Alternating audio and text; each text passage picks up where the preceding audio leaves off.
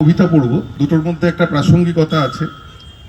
আপনারা নিশ্চয়ই দেখছেন, মানে শুনেছেন যে গত কয়েকদিন আগে ওই নিহত মেয়েটির মা বলেছে যে আমার মেয়েটা এত ভালো পড়াশোনায় ছিল, এত নাম করছিল, কিন্তু আজ দেখো ওর নামটাই আর কেউ করছে না, আমরা নিজেরা ওর নাম আর করতে পারছি না।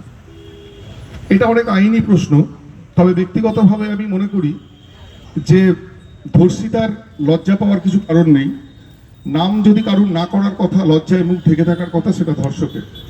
এটা নিয়ে অনেক আইনি ব্যাপার হয়তো ভবিষ্যতে হতে পারে, এই নিয়ে জনস্বার্থ মামলাও হতে পারে। কারণ এই যে মনন যে ধর্ষিতার নাম প্রকাশ পাবে না, এটা আসলে মেয়েটিকে অসম্মান করাই, সেটা পরের প্রশ্ন। কিন্তু একজন তার নাম প্রকাশ করতে, নিজের নাম প্রকাশ করতে লজ্জা পায়নি, সেটা 6ই ফেব্রুয়ারি 2012 সুজেট, আপনারা জানেন, পার্ক স্ট্রিটে মেয়েটি ধর্ষিতা হয়েছিল এবং সে বলেছিল আমি কেন লজ্জা পাবো, আমি সামনে দাঁড়িয়ে প্রতিবাদ করব, আমার মুখ আপনারা দেখাবেন, লজ্জা পেলে ধর্ষকরা লজ্জা পাবে, আমি পাবো না। কিন্তু সেই সময় যেহেতু মেয়েটি নাইট ক্লাব থেকে বেরোচ্ছিল এবং সেই সময়কার কি পরিস্থিতি রাজনৈতিক ইত্যাদি ছিল আপনারা জানেন, এবং তখন সেটা ছিল 2012 6ই ফেব্রুয়ারি, এবং তারপরে সেই মেয়েটি সম্বন্ধে কখনো বলা হয়েছিল সাজানো ঘটনা, কখনো বলা হয়েছিল খদ্দেরের সঙ্গে বোঝাপড়া একটু অভাবে ঘটেছে ব্যাপারটা। আর সেই সময় আমরা সবাই চুপ করেছিলাম, কারণ মেয়েটি আমাদের ঠিক পরিবেশের মেয়ে নয়, অ্যাংলো ইন্ডিয়ান মেয়ে, তাদের কালচার ইত্যাদির সঙ্গে আমরা ঠিক ভাবতে অভ্যস্ত ছিলাম না। আমরা ভাবিনি যে তার থেকে 12 বছরেরও পরে একদম কলকাতার সরকারি মেডিকেল কলেজ মধ্যে একজন পোস্ট গ্র্যাজুয়েটের ছাত্রী আরও নৃশংসভাবে খুন হবে, কারণ আমরা সেদিন চুপ করেছিলাম।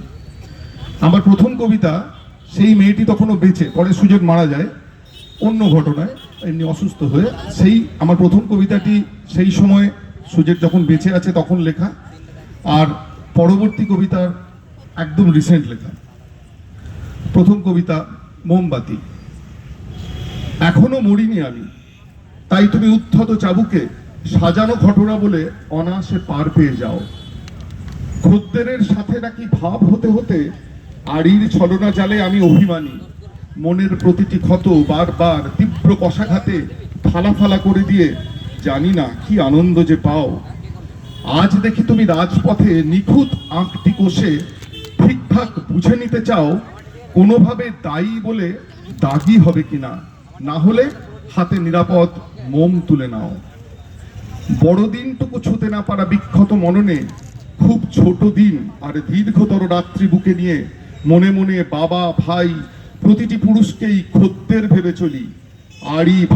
আড়ি ভাব সাজানো সন্ধ্যায় হতভাগ্য জীবিত আমি তোমার হাতের নীল মোমবাতি হয়ে জ্বলি, শুধু জ্বলি।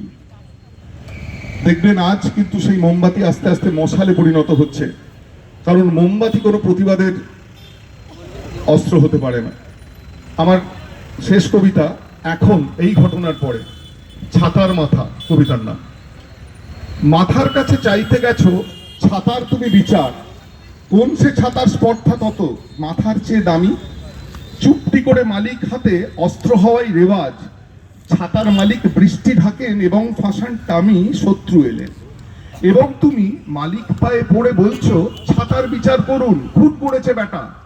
বলছে মালিক দেখছি দাঁড়াও মস্ত শালা ঠেঁটা, ধরো ছাতার ফাঁসিয়ে দিল। এই তোমাদের চাওয়া, পয়সা কতক ফেরত দিয়ে কোড়র নিয়ে হাওয়া হচ্ছে ওরা, দেখছো তুমি রাত্রি থেকে দিন। এবার সময় ফুটিয়ে দেওয়ার মাথা বেলুনে পিন। তোমার আমার বিচার চাওয়ার দাবির কেন ভেদ, অনেক হলো ছাতার বিচার, চাই মাথার উচ্ছেদ। ধন্যবাদ।